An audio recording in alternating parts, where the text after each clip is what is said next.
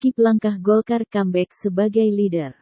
Jauh-jauh hari sebelum partai lain menjalin komunikasi intens menuju Pilpres 2024, Golkar bersama PAN dan PPP membentuk Koalisi Indonesia Bersama KIB. Langkah Koalisi KIB ini langkah pintar Airlangga sebagai ketum Golkar untuk memuluskan Golkar sebagai pemain utama di Pilpres 2024.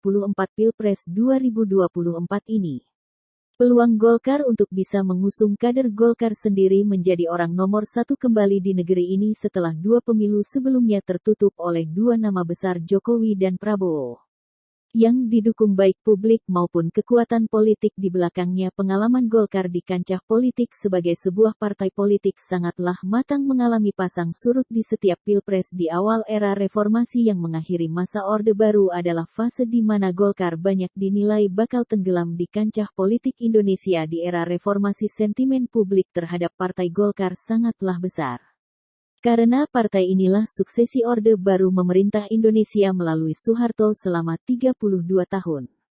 Di internal Golkar sendiri, perpecahan di elit Golkar menjadi tantangan tersendiri buat Golkar. Beberapa kader elit Golkar memilih jalan sendiri seperti Surya Paloh mendirikan Nasdem, Wiranto dengan Hanura Prabowo mendirikan Gerindra, dan partai-partai lainnya yang dibentuk kader elit Golkar termasuk putra-putri dari Soeharto ikut membuat kendaraan politik yang bernama partai.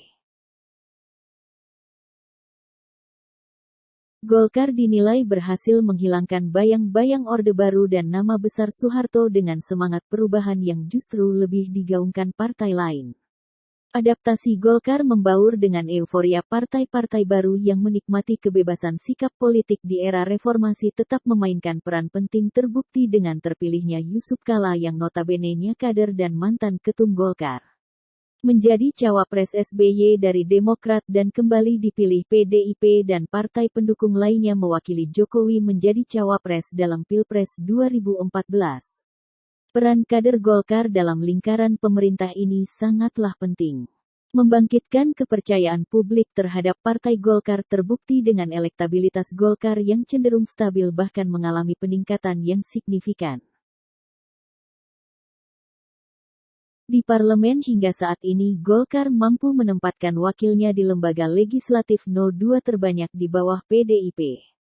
Selain Airlangga sendiri yang menjadi Menteri Perdagangan di pemerintahan Jokowi, LBP atau Luhut Binsar Panjaitan adalah kader Golkar yang memegang peranan penting dalam pemerintahan Jokowi. Pilpres 2024 menjadi momen buat Golkar sebagai leader dalam koalisi dan tentunya target utamanya RI 1 bukanlah hal yang berlebihan bila Golkar Pilpres 2024 ini berambisi menempatkan kadernya kembali sebagai orang nomor satu di Republik ini. Hampir semua instrumen politik dimiliki partai ini dari struktur hingga ke akar rumput. Media televisi seperti TV One yang dimiliki tokoh Golkar Abu Rizal Bakri.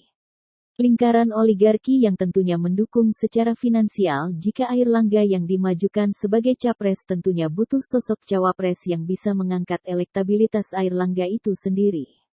Bisa dari lingkaran koalisi yakni PAN dan P3, bisa juga di luar struktur koalisi KIB yang memenuhi selera pemilih di Republik ini.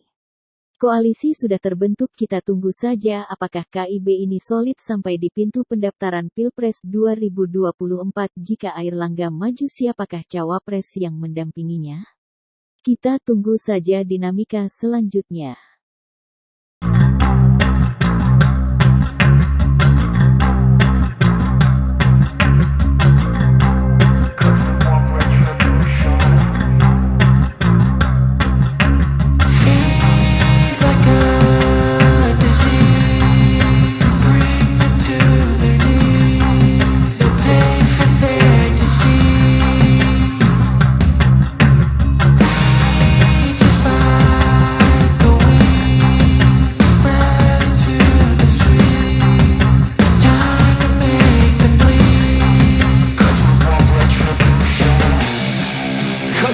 Retribution. Oh yeah, we want retribution. Oh yeah, we want retribution.